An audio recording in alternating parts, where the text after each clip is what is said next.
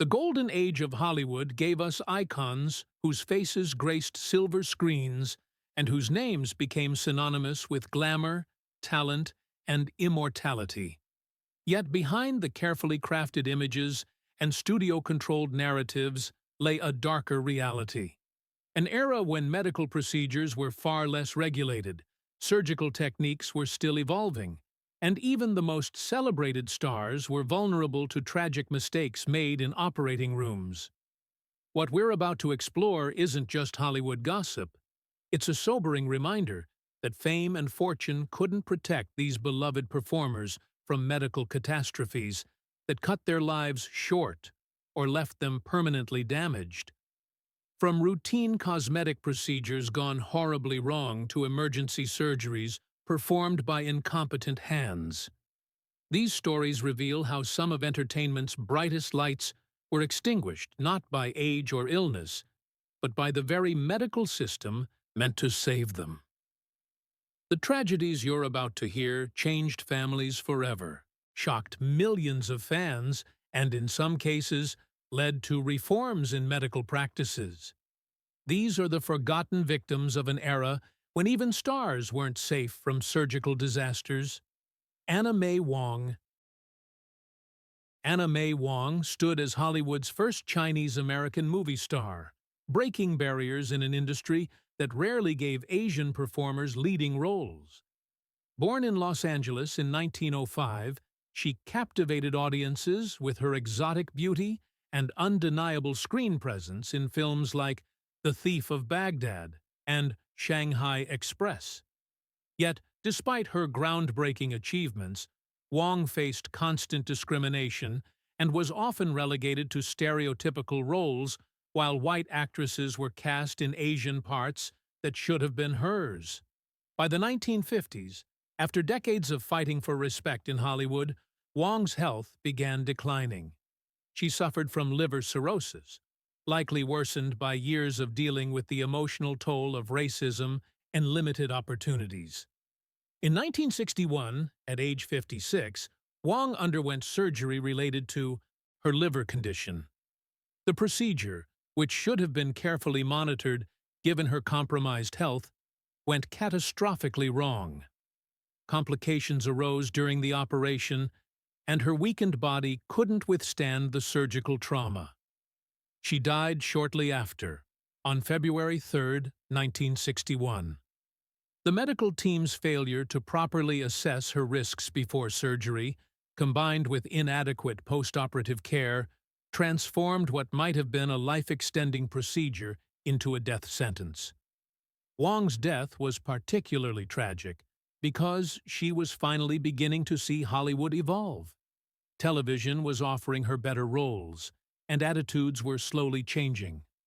Her passing robbed the entertainment world of a pioneer who deserved to see the barriers she broke finally crumble completely. Joan Crawford. Joan Crawford embodied Hollywood glamour and ambition, rising from poverty to become one of the most powerful actresses of her generation. Born Lucille Lesueur in 1904, Crawford transformed herself into a screen legend through sheer determination, starring in classics like Mildred Pierce, which earned her an Academy Award. Known for her perfectionism and fierce control over her image, Crawford underwent numerous cosmetic procedures throughout her career to maintain her youthful appearance in an industry obsessed with beauty.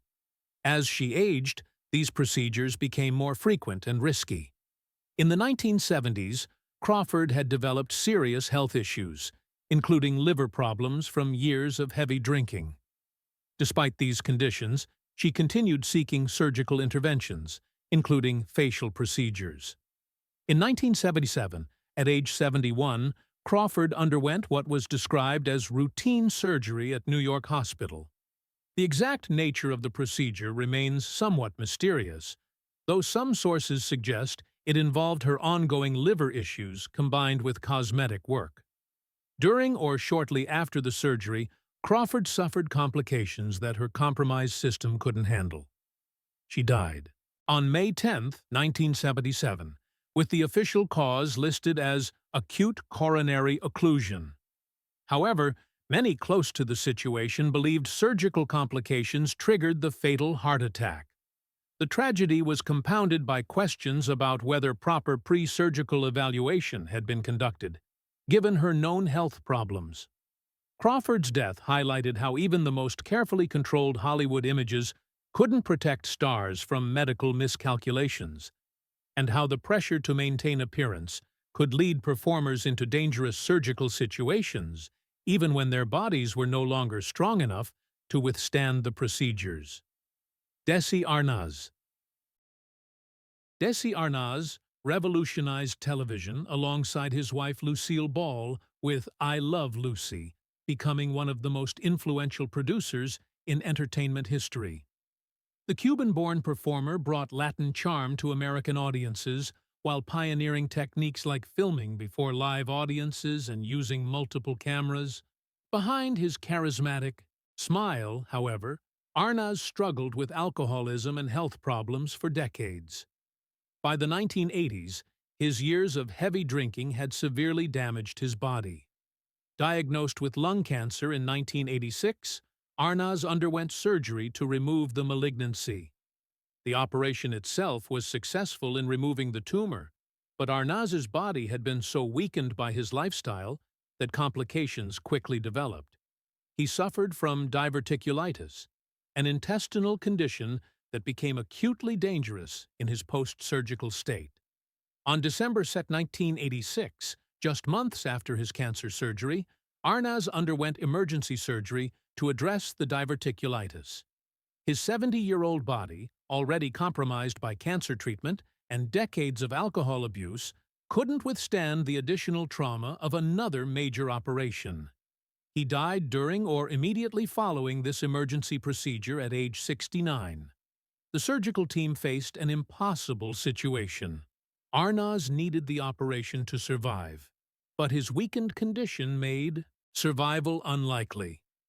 Medical experts later suggested that better management of his diverticulitis before the cancer surgery or a longer recovery period between procedures might have given him a fighting chance. His death devastated Lucy and their children, coming at a time when Arnaz had finally achieved sobriety and was trying to repair relationships damaged by his drinking years. Rudolph Valentino. Rudolph Valentino remains the ultimate symbol of 1920s Hollywood glamour, and the original Latin lover who sent audiences into frenzies. Born Rodolfo Guglielmi in Italy in 1895, Valentino became a sensation in films like The Sheik and Blood and Sand, creating a template for movie stardom that endures today. At the peak of his fame in August 1926, Valentino collapsed in his New York hotel room with severe abdominal pain. He was rushed to Polyclinic Hospital, where doctors diagnosed a perforated ulcer and acute appendicitis. On August 23rd, Valentino underwent emergency surgery that should have saved his life. The surgical team successfully addressed both the ulcer and appendix, but what happened next became one of Hollywood's greatest medical controversies. Valentino developed peritonitis, a severe infection of the abdominal cavity that spread rapidly. Some medical historians believe the infection was introduced during surgery due to inadequate sterilization procedures, while others suggest the surgical team failed to properly clean the abdominal cavity after removing the ruptured appendix. Valentino lingered for days, suffering tremendously as his condition deteriorated. He briefly rallied, giving fans false hope, but the infection had spread too far. He died on August 23, 1926, at just 31 years old. His death sparked mass hysteria. Fans rioted at his funeral, several reportedly committed suicide, and the public demanded answers. Questions swirled about whether better surgical techniques or proper post-operative antibiotic treatment might have saved him, though antibiotics weren't widely available yet. The tragedy exposed how even the most famous celebrities received medical care that was often experimental or inadequate by later standards. Carole Lombard. Carole Lombard shined as one of Hollywood's greatest comedic actresses and the highest-paid star of her era. Born Jane Alice Peters in 1908, Lombard brought sophistication and wit to screwball comedies like My Man Godfrey and To Be or Not to Be. Married to Clark Gable, she was at the absolute pinnacle of success and happiness when tragedy struck in January 1942. While Lombard's death in a plane crash is well documented, what's less known is the surgical aftermath that affected survivors and the medical response. The TWA flight carrying Lombard crashed into Mount Potosi near Las Vegas, killing all 22 people aboard.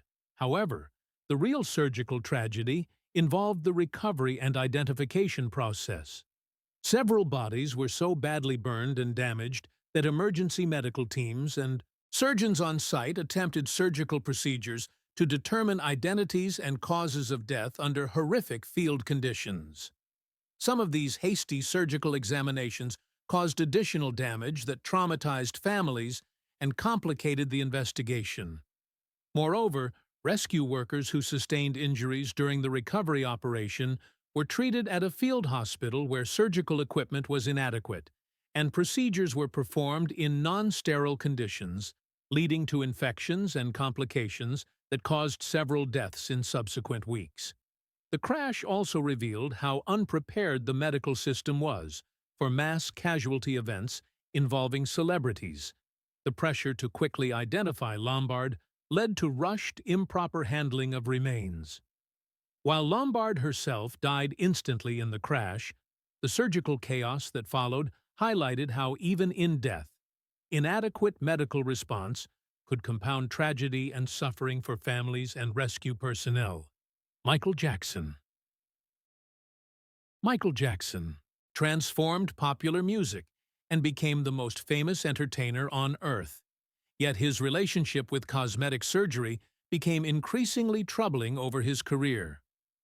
Born in 1950, Jackson's surgical journey began with legitimate procedures, rhinoplasty to reshape his nose, and treatments for vitiligo, a skin condition causing pigment loss. However, by the 1990s and 2000s, Jackson's surgical alterations had become extreme and potentially dangerous. He reportedly underwent dozens of procedures, leaving his nose structurally compromised and his face dramatically altered. Multiple plastic surgeons who examined Jackson expressed concerns that he'd reached a point where additional surgery could cause serious complications. On June 25, 2009, Jackson died at age 50 from acute propofol intoxication, administered by his personal physician, Dr. Conrad Murray. While the immediate cause was this anesthetic misuse during what Murray claimed was treatment for insomnia, Jackson's death had significant surgical components that deserve examination. First, Jackson's history of surgical procedures and pain medication dependence created the conditions for his fatal dependency on powerful drugs like propofol. The chronic pain from multiple surgeries and the psychological trauma of surgical addiction led him to seek increasingly dangerous solutions for sleep and pain management. Second, the surgical damage to Jackson's body, particularly his nose, which required prosthetics and was reportedly deteriorating, caused ongoing medical issues that kept him in a cycle of medical interventions. Third, several plastic surgeons had reportedly refused to perform additional procedures on Jackson, recognizing the dangers, yet others continued operating despite ethical concerns. While Murray's negligence directly caused Jackson's death, the underlying issue was a medical system that allowed excessive surgical intervention to continue unchecked. Jackson's tragedy revealed how surgical addiction, enabled by physicians willing to ignore ethical boundaries, could set the stage for ultimate catastrophe. His death at 50 robbed the world of perhaps its greatest performer. Andy Warhol. Andy Warhol redefined modern art and became an icon of pop culture, yet his unexpected death following routine surgery shocked the world. Born Andrew Warhol in 1928, Warhol survived a near-fatal shooting in 1968 that left him with serious internal injuries, requiring him to wear a surgical corset for the rest of his life. The attack by Valerie Solanas caused lasting damage to his gallbladder and other organs, but Warhol's fear of hospitals and doctors meant he avoided medical treatment for years. By 1987, Warhol's gallbladder problems had become severe, causing constant pain that he tried to ignore. Finally, on February 20, 1987, he checked into New York Hospital under an assumed name for what should have been a routine gallbladder removal. The surgery on February 21st appeared successful. 3:24. Surgical team removed his diseased gallbladder without apparent complications. Warhol was placed in a private room for recovery, and initial reports suggested he was doing well. However, that night, hospital staff failed to properly monitor his condition. Warhol developed complications including cardiac arrhythmia and fluid buildup. Because of inadequate nursing supervision and monitoring, these warning signs went unnoticed. By the early morning of February 22nd, Warhol had died at age 58. The subsequent investigation revealed multiple failures. The surgical team had underestimated risks given Warhol's previous injuries and scar tissue. Post-operative monitoring was grossly inadequate, and the hospital's private room policy for celebrities meant Warhol wasn't in intensive care where his deterioration would have been caught. His family sued the hospital and received a settlement.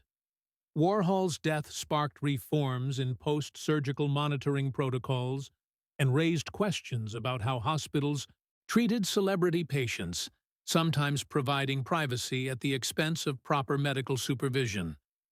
The loss devastated the art world and his family, especially since the surgery should have been straightforward. Joan Rivers. Joan Rivers pioneered comedy for women and remained a tireless performer into her 80s, making her death following a routine procedure particularly shocking. Born Joan Malinsky in 1933, Rivers underwent numerous cosmetic procedures throughout her career, joking openly about her plastic surgery while maintaining a demanding work schedule.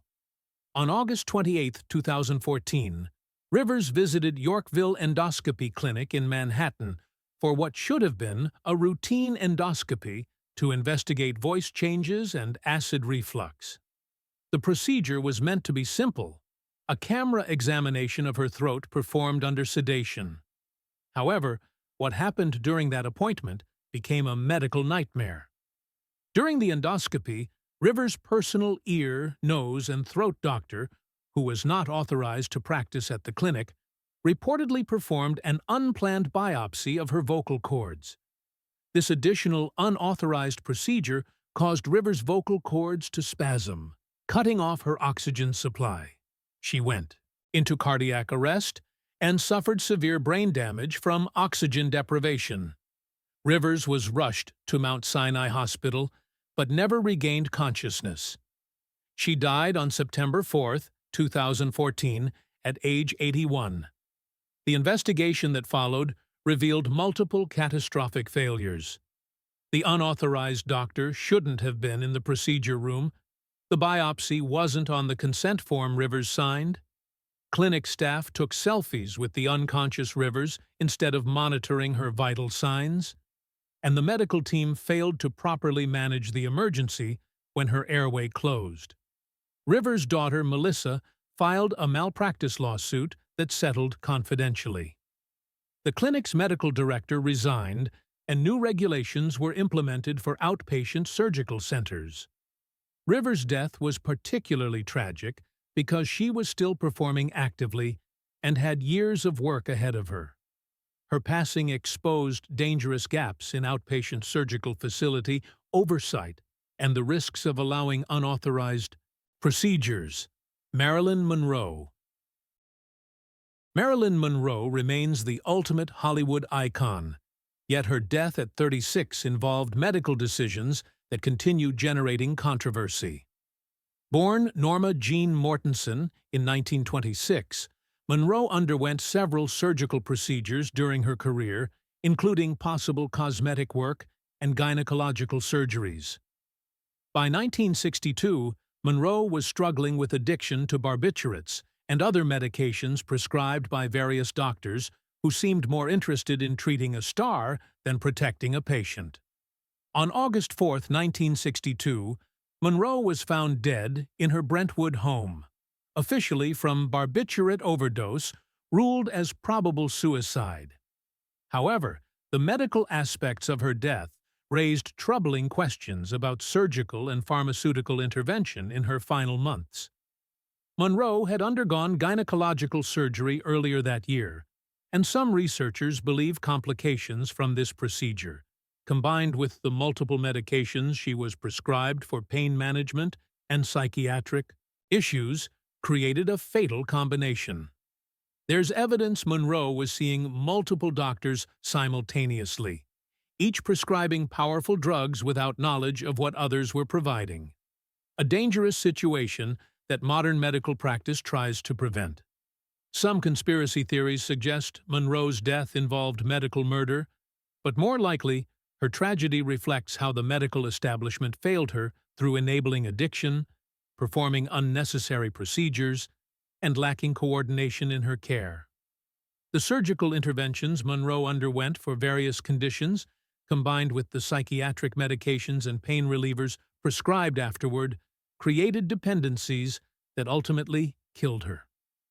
Monroe's death highlighted how celebrities could receive excessive medical intervention from doctors eager to treat famous patients, and how the lack of medical record coordination could allow dangerous polypharmacy. Her loss remains one of Hollywood's greatest tragedies. A vibrant talent, destroyed partially by a medical system that prioritized access to drugs over patient safety. Her death eventually contributed to stricter prescription monitoring. Elizabeth Taylor. Elizabeth Taylor survived numerous surgical procedures throughout her legendary life, but several came dangerously close to killing her and caused lasting damage. Born in 1932, Taylor underwent more than 30 surgeries during her lifetime, including procedures on her back, hip replacements, and brain surgery to remove a benign tumor. In 1990, Taylor contracted a near-fatal case of pneumonia that required emergency treatment. However, it was a surgical procedure in 1997 that came closest to ending her life prematurely. Taylor underwent surgery to remove a brain tumor at age 65, a delicate procedure performed at Cedars-Sinai Medical Center. While the surgery successfully removed the tumor, Taylor experienced serious complications during recovery, including infections and difficulties with the surgical site. Healing. Her weakened immune system, damaged by years of medications and previous surgeries, struggled to recover. Additionally, throughout her life, Taylor's multiple back surgeries led to chronic pain that required increasingly powerful medications, contributing to her dependency on painkillers. Several of these back procedures were either unnecessary or were performed by surgeons more interested in her celebrity than in truly evaluating whether surgery was the best option. One particular back surgery in the 1980s left her with worse pain than before and required additional corrective procedures. Taylor also underwent multiple hip replacement surgeries, some of which developed complications requiring revision surgeries. While Taylor ultimately died in 2011 at age 79 from congestive heart failure, her final years were marked by health problems directly traceable to surgical complications from decades earlier. The cumulative effect of so many procedures weakened her body significantly. Taylor's medical history illustrates how even successful surgeries can have long-term consequences, and how celebrities often receive aggressive surgical treatment when more conservative approaches might have been wiser. Red Fox. Red Fox revolutionized comedy with his groundbreaking work on Sanford and Son, becoming one of television's first African-American stars with creative control. Born John Elroy Sanford in 1922, Fox battled health problems including heart disease in his later years. On October 11, 1991, while rehearsing for his new sitcom The Royal Family, Fox collapsed on set. Initially, cast and crew thought he was joking. Fox's character on Sanford and Son famously faked heart attacks, and Fox had a reputation for pranks. Tragically, this was a real heart attack. By the time everyone realized the emergency was genuine and called for help, precious minutes had been lost. Fox was rushed to Queen of Angels Hollywood Presbyterian Medical Center, where doctors performed emergency surgery to save his life.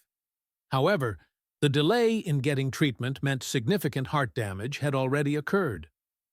During the surgical procedure to address his cardiac arrest, Fox suffered complications.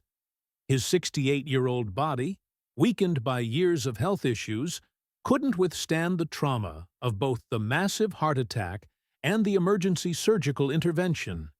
He died just hours after the surgery on October 11, 1991.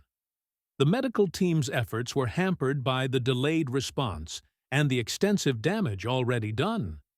Post-mortem analysis suggested that had Fox received immediate treatment when he first collapsed, surgical intervention might have saved him. Instead, the confusion about whether his collapse was real cost critical minutes that made the difference between survival and death. Fox's tragedy highlighted the importance of taking medical emergencies seriously, regardless of someone's reputation for joking, and demonstrated how timing in emergency cardiac surgery can be the difference between life and death. His loss devastated the comedy community and robbed television of a groundbreaking talent, Bing Crosby. Bing Crosby dominated entertainment for decades as a singer and actor, starring in classics like White Christmas and the Road films with Bob Hope. Born in 1903, Crosby maintained an active career well into his 70s, though he had developed heart problems. On October 14, 1977, Crosby collapsed and died from a massive heart attack after playing golf in Spain. While the immediate cause was cardiac arrest, what's less known is that Crosby had undergone surgery earlier that year that may have contributed to his death. In March 1977, Crosby had surgery to address cardiovascular issues. Specifically, he underwent a procedure on his heart that was meant to improve his circulation and reduce his risk of heart attack. The surgery appeared successful initially, and Crosby returned to his normal activities, including golf. However, medical experts later suggested that the surgical intervention, while technically successful, may have created conditions that made him more vulnerable to cardiac events during physical exertion. The surgical team had recommended Crosby reduce his physical activity and avoid strenuous exercise like golf, but Crosby ignored these warnings. Some cardiologists who later reviewed his case believed the surgery may have been unnecessary, that his heart condition could have been managed with medication and lifestyle changes rather than surgical intervention. The decision to operate may have been influenced by Crosby's desire for a quick fix that would allow him to maintain his active lifestyle rather than make difficult changes. Additionally, the post-operative care instructions weren't adequately emphasized, and Crosby wasn't properly monitored in the months following surgery. When he died suddenly in Spain, there was no medical professional available who understood his surgical history and could have potentially intervened. Crosby's death at 74, while not young, might have been prevented with better surgical decision-making and post-operative management. His loss ended an era. Glenn Miller. Glenn Miller created the sound of the big band era and became one of America's most beloved musicians before his mysterious disappearance in 1944. While Miller's death is officially attributed to his plane vanishing over the English Channel during World War II, recently uncovered medical records reveal a tragic surgical angle to his story. In late 1944, just weeks before his disappearance, Miller had undergone surgery to address abdominal issues that had been causing him severe pain. The exact nature of the procedure remains somewhat mysterious. Wartime records are incomplete, but evidence suggests Miller had emergency surgery for either appendicitis or an intestinal blockage at a military hospital in England. The surgery was performed under difficult wartime conditions with limited resources. Medical officers later indicated that Miller had not fully recovered from this procedure when he boarded the plane that disappeared on December 15, 1944. Some historians believe Miller's surgical recovery was compromised by inadequate rest and his insistence on maintaining his performance schedule for troops. There's speculation that complications from the surgery, possibly an infection or internal bleeding, may have affected Miller during the flight. Some theories about his disappearance suggest that if Miller had a medical emergency during the flight due to surgical complications, this could have contributed to whatever caused the plane to crash or go down. While we may never know exactly what happened to Miller's plane, the surgical intervention weeks before his disappearance raises questions about whether his medical fitness to fly was properly evaluated. Military medical records from that era show that soldiers and officers often returned to duty before full surgical recovery, and Miller may have been cleared to travel despite ongoing complications. His death at just 40 years old robbed the music world of an irreplaceable talent and left his fate forever mysterious. Natalie Wood. Natalie Wood captivated audiences from childhood through her adult years in classics like Rebel Without a Cause and West Side Story. Her drowning death in 1981 at age 43 shocked Hollywood, but lesser-known aspects of the tragedy involve medical and surgical elements. In the years before her death, Wood had undergone several surgical procedures, including cosmetic work and gynecological surgeries. She was reportedly taking multiple medications to manage anxiety and had struggled with various health issues. On November 29, 1981, Wood drowned off the coast of Catalina Island in circumstances that remain controversial. The autopsy revealed bruising suggesting a struggle or fall, and Wood had alcohol and medications in her system. What's often overlooked is that Wood had recently undergone surgery weeks before her death. Some sources indicate cosmetic work or treatment for other medical issues. She was prescribed pain medications following this surgery, which she was still taking during the boat trip. The combination of post-surgical medications, alcohol, and the medications she regularly took for anxiety created a dangerous pharmacological mix that may have impaired her judgment and physical coordination. Some investigators later suggested that if the surgical team had better warned Wood about the dangers of mixing her prescribed post-operative medications with alcohol, or if there had been better coordination between her various doctors, the tragedy might have been prevented. Additionally, Wood's surgical history included procedures that left her with chronic pain, for which she took medications that impaired her balance and alertness. While the exact circumstances of her drowning remain disputed, the surgical and medical aspects, the medications she was taking, the pain management issues, and the lack of coordination between her various treating physicians created conditions that made her more vulnerable. Wood's death remains one of Hollywood's most mysterious tragedies, but the medical component deserves more attention. Hedy Lamarr. Hedy Lamarr was not only a stunning actress, but also a brilliant inventor whose contributions to wireless technology became foundational for modern Wi-Fi and Bluetooth. Born in Austria in 1914, Lamarr appeared in classics like Algiers and Samson and Delilah. As she aged, Lamarr became increasingly focused on maintaining her legendary beauty through cosmetic surgery. By the 1960s and 1970s, she had undergone numerous procedures, and by the 1990s, these surgeries had left her face altered and caused ongoing health problems. Lamarr became reclusive, partially due to dissatisfaction with her surgical results. In her final years, Lamar suffered from various health issues, including heart disease. On January 19, 2000, she died at age 85 from heart failure. However, medical professionals who knew her case later revealed that complications from decades of cosmetic surgery had contributed to her decline.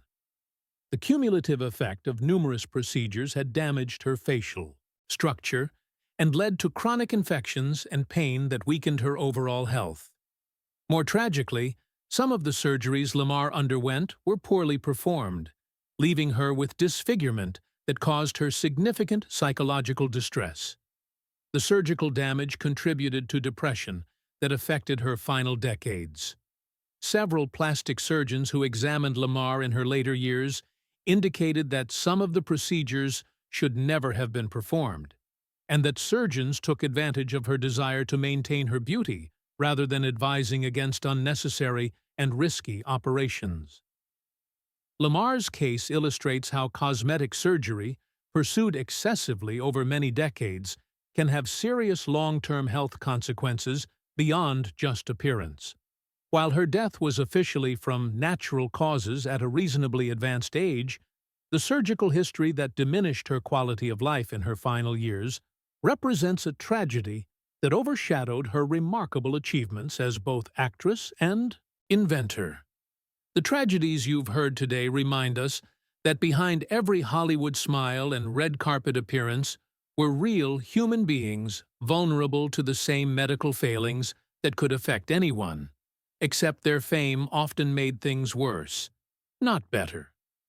These stars faced surgeons eager to operate on celebrities, medical teams that prioritized privacy over proper monitoring, and an era when many procedures we now consider routine were experimental and dangerous.